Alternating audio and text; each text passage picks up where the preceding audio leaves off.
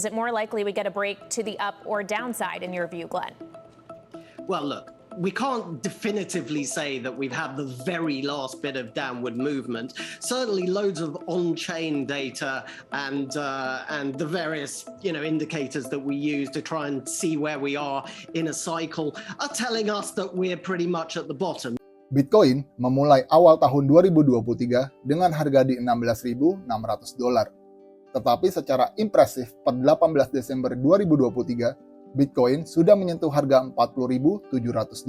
Well, Joe, I'm not one to make price predictions, but I do think there is a lot of optimism again in the market. Ini artinya, Bitcoin sudah naik memberikan keuntungan sebesar 160%, bahkan return ini mengalahkan indeks dari S&P 500. Nah, pertanyaannya, apakah masih ada potensi lebih besar lagi ke depannya kalau tertarik investasi Bitcoin saat ini?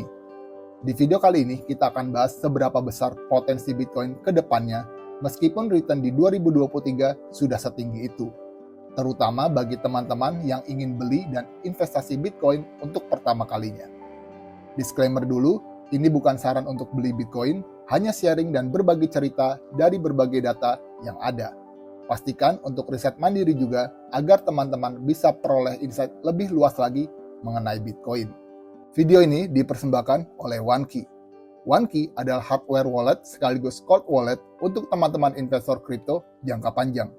OneKey mensupport lebih dari 1.000 aset kripto yang bisa kamu simpan dan mendukung berbagai protokol blockchain. OneKey juga didukung oleh Coinbase, Dragonfly, dan masih banyak lagi. Beli OneKey langsung dari website dan pabriknya, bukan dari marketplace untuk menjamin keamanan dan menghindari resiko atas aset kripto kita.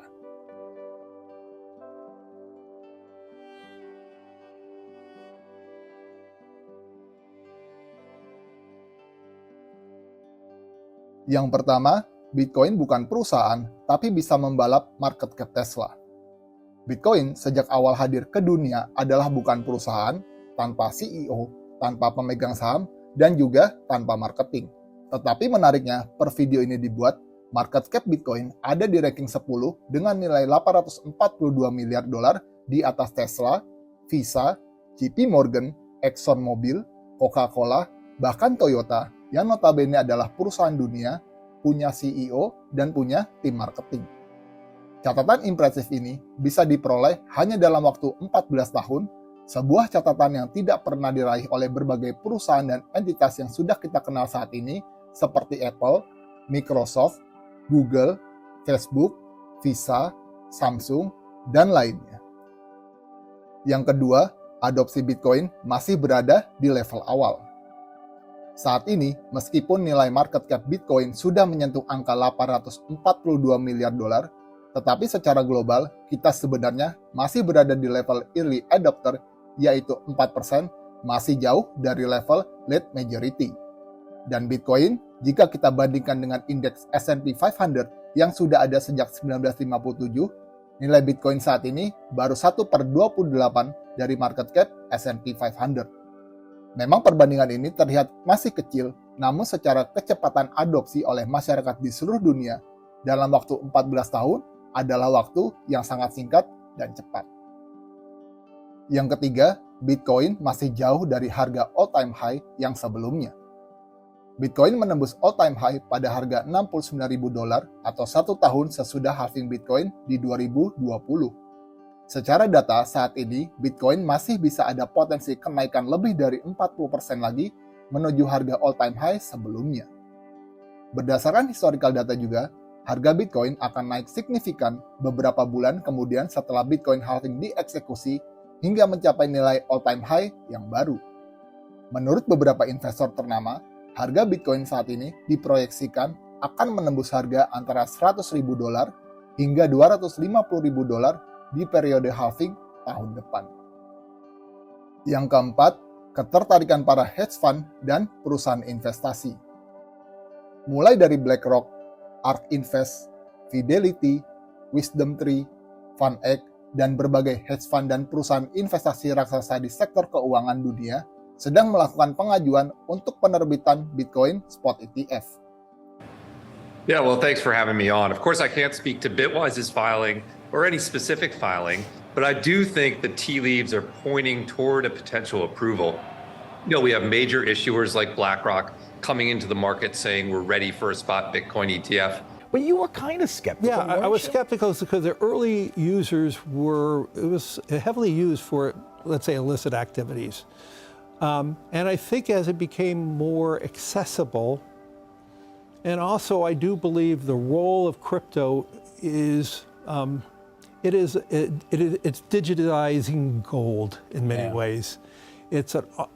Instead of investing in gold as a hedge against inflation, a hedge against the onerous problems of any one country, or the devaluation of your currency, whatever country you're in.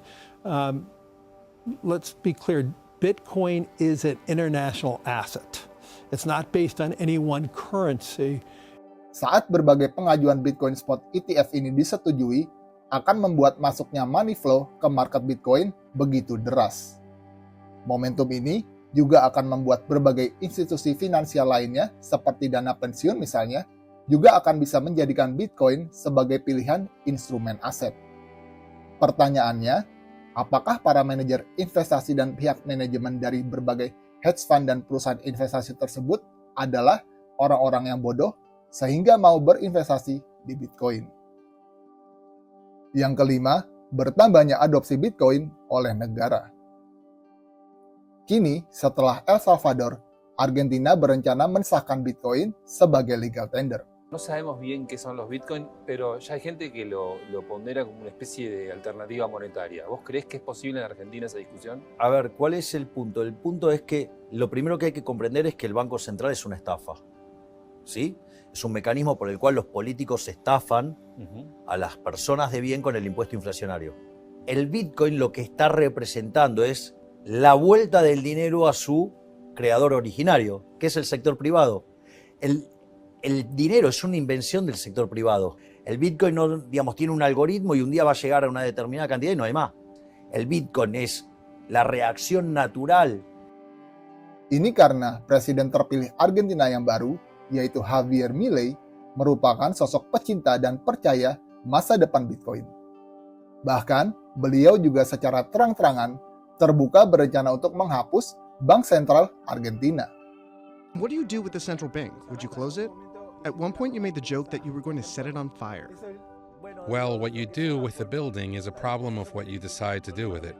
It's a figure, it's a metaphor. What I'm saying is that the institution doesn't exist anymore. I am saying that in the transition, until you can transform the banking system into a free banking system, it will have to fulfill the function of regulating the banks. The superintendent of financial institutions will continue to operate until a free banking system can be set up. Hal ini karena Argentina sedang berada di masa krisis inflasi berkepanjangan, di mana mata uangnya, yaitu peso Argentina, mencatatkan peningkatan inflasi tahunan lebih dari 140% dalam 12 bulan terakhir. Sebelumnya, El Salvador adalah negara pertama di dunia yang menjadikan Bitcoin sebagai legal tender. It's now 2 years since El Salvador became the first country in the world to introduce Bitcoin as legal tender. Because this is a fully ecological city that works and it's energized by a volcano.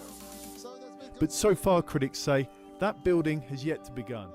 El Salvador bahkan akan segera menerbitkan Bitcoin Volcano Bonds di kuartal pertama 2024, atau sederhananya adalah obligasi negara El Salvador berbasis Bitcoin yang dihasilkan dari pertambangan Bitcoin dengan memanfaatkan listrik dari panas bumi gunung aktif di El Salvador. Jadi, dengan berbagai faktor tersebut, menginformasikan dengan jelas bahwa adopsi Bitcoin yang lebih besar dan luas lagi hanya tinggal menunggu waktu. Jika pertanyaannya, apakah saat ini masih merupakan waktu yang tepat untuk investasi dan beli Bitcoin? Tentu aja, saat ini merupakan kesempatan besar yang bisa didapat dengan investasi Bitcoin untuk jangka panjang. Maka dari itu, apakah kita ingin menjadi penumpang sebelum pesawat atau roket bernama Bitcoin lepas landas? Jadi, gimana Bitcoin menurut teman-teman? Apakah saat ini masih merupakan waktu yang tepat untuk masuk? Silakan tulis di kolom komentar ya teman-teman. Saya Azwadi Iqbal, terima kasih telah menonton video ini dan sampai jumpa di video berikutnya.